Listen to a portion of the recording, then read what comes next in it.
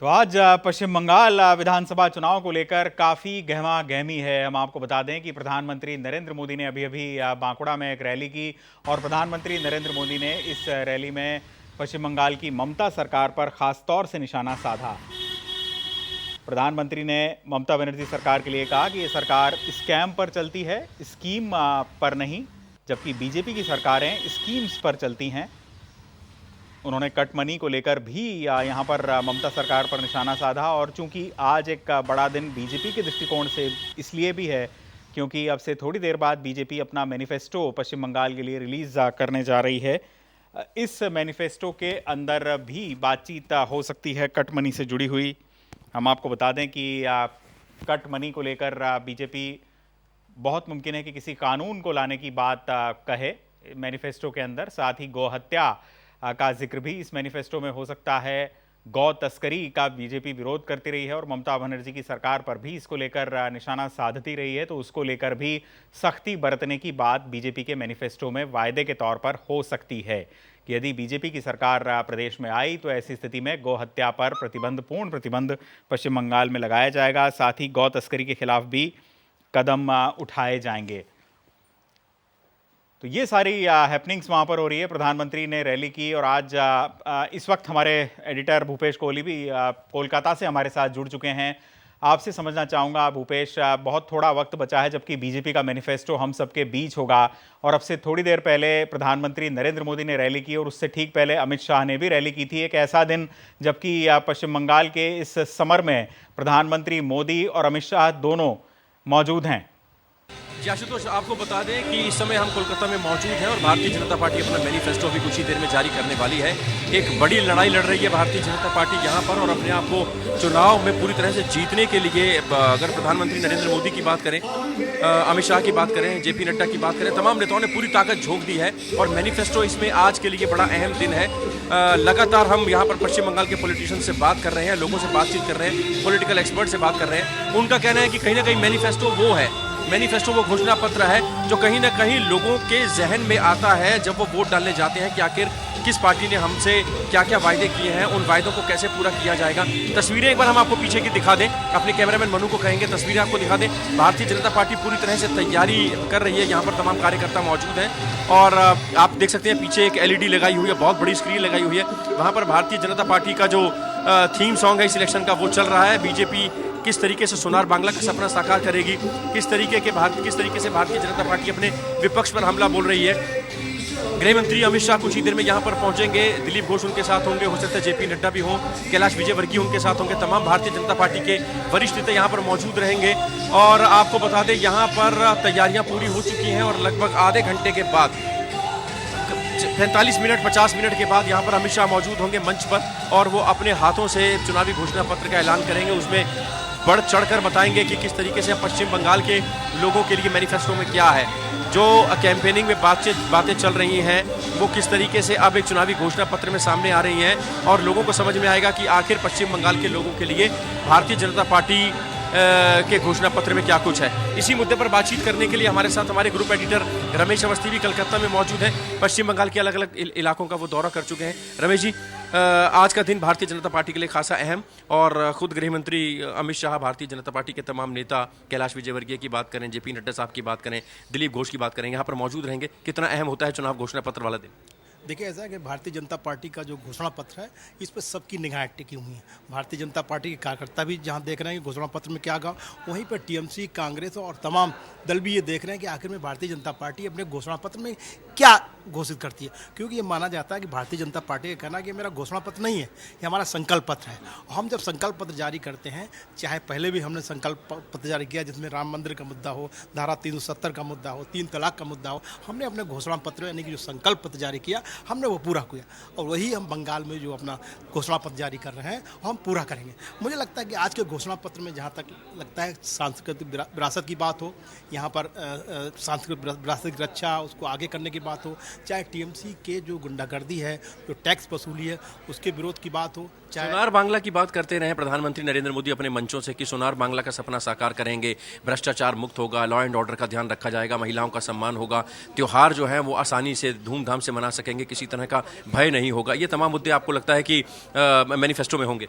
हाँ, मुझे लगता है कि ये प्रमुखता से मुद्दा लिया गया। विकास का मुद्दा प्रमुखता से लिया जा रहा है, भ्रष्टाचार का मुद्दा प्रमुखता से लिया जा रहा है, आरक्षण, महिलाओं के 30% आरक्षण का मुद्दा प्रमुखता से लिया जाएगा, और ये मछुआरों का मुद्दा प्रमुखता, जहाँ पे तो मुझे लगता है कि 6,000 रुपये सालाना उनकी घोषणा की जाने वाली। तो मुझे लगता है भ्रष्टाचार, गुंडागर्दी, ये प्रमुख मुद्दे हैं। साथ में घुसपैठिए, जो बांग्लादेश घुसपैठिए, उनको भी 5 साल के अंदर बाहर कर दिया जाएगा। ये तमाम मुद्दे आज के घोषणा पत्र में प्रमुखता से लिए जाएंगे। घोषणा पत्र में ये तमाम मुद्दे लिए जाएंगे, लेकिन प्रधानमंत्री नरेंद्र मोदी की रैली की बात करें, अमित शाह के रोड शो की बात करें, भीड़ बहुत ज़्यादा आ रही है। ब्रिगेड की बात करें, भारतीय जनता पार्टी उत्साहित है। खड़गपुर में हमने अमित शाह का रोड शो कवर किया, तमाम और जगह पर भारतीय जनता पार्टी के तमाम नेताओं के रोड शोज हमने कवर किए। उसमें भीड़ आ रही है। भीड़ वोटों में तब्दील हो पाएगी? रमेश जी, क्या लगता है आपको अपने तजुर्बे के हिसाब से, एक्सपीरियंस के हिसाब से? देखिए, जहाँ तक हमने पश्चिम बंगाल का जो दौरा किया है, आपने भी दौरा किया, आपके साथ हम लोगों ने भी देखा है, एंटी इनकम्बेंसी है, और भारतीय जनता पार्टी में जो प्रधानमंत्री नरेंद्र मोदी है, उनका एक कद है, उनकी एक छवि है, उनको लोग विकास पुरुष के रूप में जानते हैं। लोग मानते हैं कि उनकी कथनी और करनी में अंतर नहीं है। तो उनका मानना है कि अगर जो प्रधानमंत्री जी वादा करेंगे, जो अमित शाह जी वादा करेंगे, वो यहाँ पूरा करेंगे। और मुझे लगता है कि गुंडागर्दी हो, चाहे विकास हो, चाहे घुसपैठियों का मुद्दा हो, तमाम जनहित की तमाम योजनाएं जो आज घोषणा पत्र में जारी होंगी, उनसे आम जनमानस को लाभ मिलेगा। इसलिए जनता की निगाहें आज के घोषणा पत्र पर टिकी हुई हैं। वो पे संकल्प पत्र की अगर बात करें तो बीजेपी ने पूरी तैयारी की है। तमाम नेताओं ने ग्राउंड लेवल पर जाकर लोगों से बातचीत की है। वो घोषणा पत्र में क्या चाहते हैं, उनके कार्यकर्ता घोषणा पत्र में क्या चाहते हैं। तो बड़ी मशक्कत के बाद घोषणा पत्र तैयार हुआ है भारतीय जनता पार्टी का। क्या कहेंगे? देखिए, भारतीय जनता पार्टी ने अगर पश्चिमी बंगाल के चुनाव की तैयारी की बात की जाए, तो मुझे लगता है कि लोकसभा चुनाव के बाद पश्चिमी बंगाल में भारतीय जनता पार्टी और संघ, विशेषकर संघ के कार्यकर्ताओं ने बड़ी मेहनत की है। बूथ बूथ पर जाकर उन्होंने मेहनत करके वहाँ की जो लोकल समस्या हैं, उन पे बात की है कि लोकल समस्याओं का समाधान कैसे किया जाए। इसलिए घोषणा पत्र में तमाम ऐसी लोकल समस्याओं के बारे में भी जिक्र होगा जो आम जनमानस की मांग है। भूपेश, और यहाँ पर भारतीय जनता पार्टी के स्पोक्स पर्सन, वरिष्ठ नेता शौमिक भट्टाचार्य भी हमारे साथ मौजूद हैं। लगातार उनसे बातचीत होती रही है। सर, मैनिफेस्टो बहुत खास दिन, अहम दिन, क्या कुछ खास एजेंडा होगा, क्या कुछ खास बातें होंगी मैनिफेस्टो में? हमारा पास कोई खास बात नहीं है। पश्चिम बंगाल की आम जनता का जो दिल का दर्द है, उसी को लेकर हमारा ये मैनिफेस्टो है। सिर्फ किसी एयर कंडीशन रूम में बैठकर ये बनाए हुए मैनिफेस्टो नहीं है। 294 जो असेंबली सेगमेंट्स है, सभी जगह हमारा कार्यकर्ता गया, वहाँ ड्रॉप बॉक्स था। समाज के हर वर्ग के लोग अपने सुझाव दिया, उसका क्या मांग है उन्होंने बताया, तो उसी का साथ कॉम्बिनेशन करके मैं अगर आपसे कहूं कि दिल का सबसे ज़्यादा दर्द कौन सा है, कौन कौन सी प्रमुख चीज़ें इस घोषणा पत्र में रखने वाले हैं आप? देखिए, पश्चिम बंगाल का सबसे बड़ा इशू है रेस्टोरेशन ऑफ डेमोक्रेसी। ममता जी जब सत्ता में आए थे, तब उसका सामने घोषणा तो बहुत कुछ था, लेकिन जनता उसका ऊपर कोई महत्व नहीं दिया।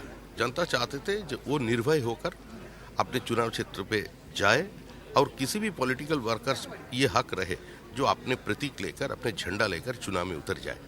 तो ये हक ममता जी ने और ममता जी का पार्टी ने भाजपा से छीन लिया। पश्चिम बंगाल में पंचायत चुनाव सिंबल पेच होते हैं। पश्चिम बंगाल के पंचायत चुनाव में जो हम लोग देखा, 34% ऑफ द टोटल पंचायत चुनाव में हम लोग कोई भी विपक्ष, कोई प्रार्थी नहीं दे सका। जो लोग चुनाव लड़ा, चुनाव हो गया, तो हो जाने का बाद वो अभी ऐसा जगह चलते चलते क्वेश्चन ये पूछेंगे, आपके पास भी वक्त की कमी है, समझना ये चाहेंगे कि किस तरीके से घोषणा पत्र तैयार हुआ है। आपने बताया इसी कमरे में बैठे नहीं है, और पूरी तरह से लोगों के बीच में जाके बूथ पे जाकर और लोगों से बातचीत करके, कार्यकर्ताओं से बातचीत करके, सिर्फ कार्यकर्ता से बातचीत, समाज के सभी वर्गों के लोगों के साथ बातचीत हो, सभी तबके के लोगों के साथ बातचीत हो, उसका सजेशन लेके एक घोषणा पत्र बना। एक आखिरी सवाल, भारतीय जनता पार्टी के कार्यकर्ताओं की एक बड़ी संख्या है कि बूथ लेवल पर जिस तरह से टीएमसी के लोग गुंडागर्दी करके बूथ कैप्चरिंग कर लेते हैं, और आपका जो वोट है वो नहीं पड़ पाता है, यानी कि उनको आशंका है कि हमारा वोट कैसे पड़ेगा। इसके लिए कोई खास तैयारी भारतीय जनता पार्टी ने की है? देखिए, पिछले चुनाव में हम लोग, हमारा जो अध्यक्ष था उसी समय, वो 2018 की अप्रैल महीने में उन्होंने बताया था हमको 23 सीट मिलने वाले हैं, तो बहुत लोग सुनकर ये हंस रहे थे कि क्या बात हो रहा है। तो हम लोग 18 में आकर अटक गया। इसका कारण है हम लोगों को कुछ अपना लैकुनस थे जिसको हम भरपाई नहीं कर पाए। तो इस बार हम लोग लगातार हमारा बूथ कमेटी बनाए, नीचे तक हमारा पार्टी पहुंच गया और समाज की सभी वर्गों को लोगों को लेकर हमारा ये बूथ कमेटी बना। तो इस बार तो सेंट्रल फोर्स 8 फेज में चुनाव करा रहे हैं, उसका साथ साथ भारतीय जनता पार्टी का पूरा कार्यकर्ता जी जान लगाकर नीचे है। अगर वो जान दे देंगे लेकिन किसी भी हालत से वोट लूटने नहीं देंगे। दादा कितना सीट आने की उम्मीद है? 200 का ऊपर सीट लेकर हम लोग सरकार बनाएंगे, 200 का ऊपर, एक भी कम नहीं। बहुत शुक्रिया हमसे बातचीत करने के लिए। शौमिक भट्टाचार्य है भारतीय जनता पार्टी के प्रवक्ता नेता, जो कि बता रहे थे इस बार 200 पार, किसी एक भी सीट कम नहीं होगी। भारतीय जनता पार्टी के हौसले बुलंद हैं और सीधे सीधे अगर अभी की बात करें, कुछ ही देर में मैनिफेस्टो जारी होने वाला है। रमेश अवस्थी हमारे साथ मौजूद हैं। जिस तरीके से भारतीय जनता पार्टी के नेता दावा कर रहे हैं लगातार, आपको लग रहा है कितना दावे में दम? देखिए, ऐसा कि जिस तरह से भारतीय जनता पार्टी के कार्यकर्ताओं ने, संघ के लोगों ने, भारतीय जनता पार्टी के वरिष्ठ नेताओं ने जिस तरह से इस बार बूथ लेवल पर तैयारी की है, उससे मुझे लगता है कि आत्मविश्वास इनमें बढ़ा है। और जो एक सबसे बड़ी इनकी समस्या होती थी, सबसे बड़ा एक आशंका होती थी कि बूथ का जो वोटर है इनका वहाँ तक पहुँच पाएगा कि नहीं पहुँच पाएगा, ये बड़ी आशंका है। मुझे लगता है इस बार इन्होंने इसमें काफ़ी सफलता प्राप्त की है। इन्हें पूरी उम्मीद है कि बूथ का हमारा जो कार्यकर्ता है, बूथ का हमारा जो वोटर है, वो बूथ तक पहुँचेगा और वो वोट डालेगा। अगर उसने वोट डाला तो भारतीय जनता पार्टी की विजय निश्चित है। जिसके लिए उन्होंने कहा कि जो 8 चरणों में चुनाव हुए हैं, सेंट्रल फोर्सेस लगाए गए हैं, मुझे लगता है इसका फायदा भी पार्टी को पहुंचेगा और पार्टी को विशेष रूप से उस वोटर को पहुंचेगा जो वोट नहीं डाल पाता था, गुंडागर्दी कराकर बूथ तक नहीं जा पाता था, जिसके कारण टीएमसी विजयी होती थी। मुझे लगता है इस बार ऐसा कम होगा। चलिए, Bharatiya Janata party ground root पर लगातार अपने कार्यकर्ताओं को संबोधित कर रही है और ये कहा जा रहा है कि एक एक मतदाता तक पहुंचे और एक एक मतदाता को वोट डालने के लिए प्रेरित करें। आपको सुरक्षा के लिहाज से यहाँ के इंतजाम के बारे में बता देते हैं। खुद गृह मंत्री यहाँ पर मौजूद हैं। कलकत्ता पुलिस की बात करें, अर्धसैनिक बलों की बात करें तो पूरे रोड पर तैनात हैं वो। एक ऐसा सिक्योरिटी पास बनाया गया है तमाम मीडिया के लिए भी, बिना इस सिक्योरिटी पास के कोई अंदर नहीं आ पाएगा। संकल्प पत्र 2021 सोनार बांग्ला, 21 मार्च EZCC विधाननगर। भारतीय जनता पार्टी के कमल का निशान है, एंट्री पास है, उसमें नाम लिखा गया है। तमाम चेकिंग्स के बाद ये यहाँ पर एंट्री दी जा रही है क्योंकि VIP मूवमेंट है। तमाम भारतीय जनता पार्टी के दिग्गज यहाँ पर मौजूद हैं। खुद गृह मंत्री यहाँ पर मौजूद होंगे। एक बार अपने कैमरामैन मनुजेंद्र को कहेंगे कि एक बार फिर से पीछे की तस्वीरें दिखाए, किस तरीके से वहाँ तैयारी चल रही है। बैठने के लिए कुर्सियाँ लग चुकी हैं, डाइस लग चुका है। प्रधानमंत्री नरेंद्र मोदी, अमित शाह, दिलीप घोष, JP नड्डा, इनके वीडियो वॉल पर स्क्रीन पर इनकी फ़ोटो है। उसमें बंगाल विधानसभा चुनाव 2021 में भारतीय जनता पार्टी को किस तरह से जीत दिलानी है, ये देखा जा रहा है। श्यामा प्रसाद मुखर्जी की बात करें, उनकी तस्वीरें लगी हुई हैं और वहाँ पर पहले माल्यार्पण होगा और उसके बाद वहाँ पर आगे का कार्यक्रम शुरू होगा। लगातार कोशिश भारतीय जनता पार्टी की ये कि इस बार के मैनिफेस्टो से कहीं ना कहीं लोगों के दिल में जगह बनाई जाए और जिस तरीके से लोग भारतीय जनता पार्टी से दूरी ना बनाए, ज़्यादा से ज़्यादा बड़ी तादाद में लोग जुड़े। मैनिफेस्टो में लोगों की बात हो, बंगाल की बात हो, सोनार बांग्ला की बात हो। जैसा कि प्रधानमंत्री नरेंद्र मोदी और अमित शाह भी अपनी रैलियों में बोलते रहे हैं, अपनी रैलियों में कहते रहे हैं कि सोनार बांग्ला का सपना भारतीय जनता पार्टी साकार करेगी, भ्रष्टाचार को दूर किया जाएगा, मछुआरों के लिए 6,000 रुपये सालाना दिए जाएंगे, किसानों को सस्ता लोन दिया जाएगा, उनके ऋण माफ़ किए जाएंगे, बेरोज़गारी को दूर किया जाएगा, यहाँ काम के सिलसिले में किसी को बंगाल से बाहर नहीं जाना पड़ेगा और जो बाहर के लोग यहाँ पर घुस आए हैं 5 साल के अंदर अंदर, उन घुसपैठियों को बाहर किया जाएगा। रमेश जी, एक बड़ा मुद्दा है ये घुसपैठियों का और बीजेपी लगातार इस पर फोकस करती रही है अपनी रैलियों में भी और अपने भाषणों में भी। प्रधानमंत्री भी कहते रहे, अमित शाह भी कहते रहे कि जो रोहिंग्या हैं या बांग्लादेशी हैं उनको वापस खदेड़ा जाएगा, उनको वापस भेजा जाएगा, तभी यहाँ का विकास संभव हो पाएगा। मुझे लगता है कि इस बार घोषणा पत्र में प्रमुख बिंदु रहेगा और उनका मेरा मानना है कि भारतीय जनता पार्टी के लोग जिस तरीके से कह रहे हैं, अपने मंचों से कह रहे हैं कि 5 साल के अंदर वो सभी घुसपैठियों को बाहर कर देंगे और जब उनकी सरकार आई तो कोई घुसपैठिया अंदर भी नहीं आ पाएगा। तो मुझे लगता है इस घुसपैठियों से आम जनमानस भी त्रस्त है, तो वो जानते हैं, जनता की नब्ज जानते हैं और मुझे लगता है जनहित में भी और बंगाल के लिए भी जरूरी है कि ये घुसपैठिए रुकें, तभी बंगाल का विकास संभव हो पाएगा। भूपेश, चलिए, यहाँ से कुछ ही देर में अमित शाह समेत भारतीय जनता पार्टी के तमाम दिग्गज नेता जो हैं वो यहाँ पर मौजूद रहेंगे और संकल्प पत्र को लोगों के सामने रखेंगे। क्या कुछ बातें उसमें आती हैं सामने, किस किस वर्ग को क्या मिलता है और क्या सपने दिखाए जाते हैं, क्या वायदे किए जाते हैं, इस पर हमारी चर्चा जारी रहेगी। आशुतोष। भूपेश, काफ़ी अहम जानकारी आपके माध्यम से मिल पा रही है हमें। एक चीज़ पर मैं जानना चाहूँगा आपकी राय भी और रमेश जी की राय भी कि क्या बांग्लादेश से आने वाले हिंदुओं को सीएए के तहत नागरिकता देने का वायदा भी बीजेपी अपने संकल्प पत्र में कर सकती है? क्योंकि इसी तरह के कुछ मुद्दे हैं जो कि इन चुनावों के डिसाइडिंग फैक्टर्स होने जा रहे हैं। जी बिल्कुल, कहीं न कहीं आशुतोष अगर 30 और 70% की बात करें तो 70% को रुभाने के लिए आप देख सकते हैं कि ममता बनर्जी ने भी जय श्री राम के नारे लगाने शुरू कर दिए। कहीं न कहीं ये लग रहा था कि हिंदू वोटर जो है वो खिसक के कहीं टीएमसी भारतीय जनता पार्टी के पाले में पूरी तरह से ना चला जाए, और जो 30% है वो मुस्लिम वोटर्स जो हैं वो भी कहीं न कहीं बटे दिखाई दे रहे हैं। वाम दल और कांग्रेस का गठबंधन जरूर है, लेकिन इंडियन सेक्युलर फ्रंट को यहाँ पर खड़ा कर दिया गया है। असदुद्दीन ओवैसी की पार्टी यहाँ पर है। तमाम देखा जा रहा है कि वो वोटर भी कहीं ना कहीं उलझता दिखाई दे रहा है कि आखिरकार किस तरफ जाएगा वो, और अगर वो थोड़ा सा बट गया और ये 70% पर जिसने कब्जा कर लिया, कुछ परसेंट ज़्यादा से ज़्यादा वोट हासिल कर लिए, तो वो कहीं ना कहीं वो मार्जिन ले जाएगा, वो लीड ले जाएगी पार्टी, और सरकार बनाने में उनकी आसानी रहेगी। तो इसी जुगत में सब लगे हुए हैं कि यहाँ पर राम मंदिर की भी बात हो रही है, जय श्री राम के नारे भी लगाए जा रहे हैं। आशुतोष भाटिया हमारे एंकर जो हैं रमेश जी, वो लगातार बता रहे हैं कि मंदिर की अगर बात करें, जय श्री राम के नारों की बात करें, तो उससे भी कहीं ना कहीं माहौल बदल रहा है। निश्चित रूप से जो हिंदू वोटर है हमारा, जिस समय ममता बनर्जी ने ये जय श्री राम नारे का विरोध किया, उससे जो हिंदू वोटर है उसने ये कहा कि आखिर में आप जय श्री राम का विरोध क्यों कर रहे हैं, आप तो हिंदू हैं। उससे आक्रोशित हुआ है हिंदू वर्ग, और चाहे जय श्री राम का नारा हो, चाहे राष्ट्रवाद का नारा हो, चाहे सांस्कृतिक विरासत की बात हो, भारतीय जनता पार्टी ने जो भी फ्रंट है, चाहे वो अपराध का फ्रंट हो, चाहे विकास का फ्रंट हो, चाहे गुंडागर्दी का फ्रंट है, चाहे वो घुसपैठियों का मामला है, चाहे सांस्कृतिक विरासत की बात हो, भारतीय जनता पार्टी के लोगों ने हर मोर्चे पर काम किया।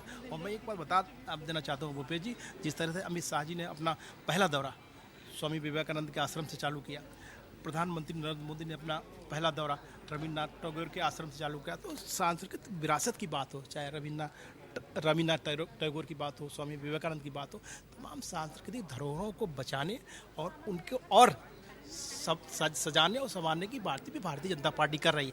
आस्था की बात है, जो हमारे मंदिर हैं, चाहे हमारे आस्था के जो त्यौहार हैं, उन पे परमिशन लेनी पड़ती थी। भारतीय जनता पार्टी का कहना है कि जो भी हमारे हिंदुओं के त्यौहार हैं उन पे अब कोई परमिशन की जरूरत नहीं पड़ेगी, अब लोग अपने आप हिंदुओं के त्यौहार बिना परमिशन के मना सके। तो मेरा मानना है कि भारतीय जनता पार्टी ने आस्था हो, अपराध हो, चाहे घुसपैठी हो, चाहे किसानों का मुद्दा हो, चाहे महिलाओं के आरक्षण की बात, तमाम मुद्दों पर उन्होंने बातचीत की, जिसका नतीजा है कि आज पश्चिमी बंगाल में भारतीय जनता पार्टी के लिए एक माहौल बना हुआ है।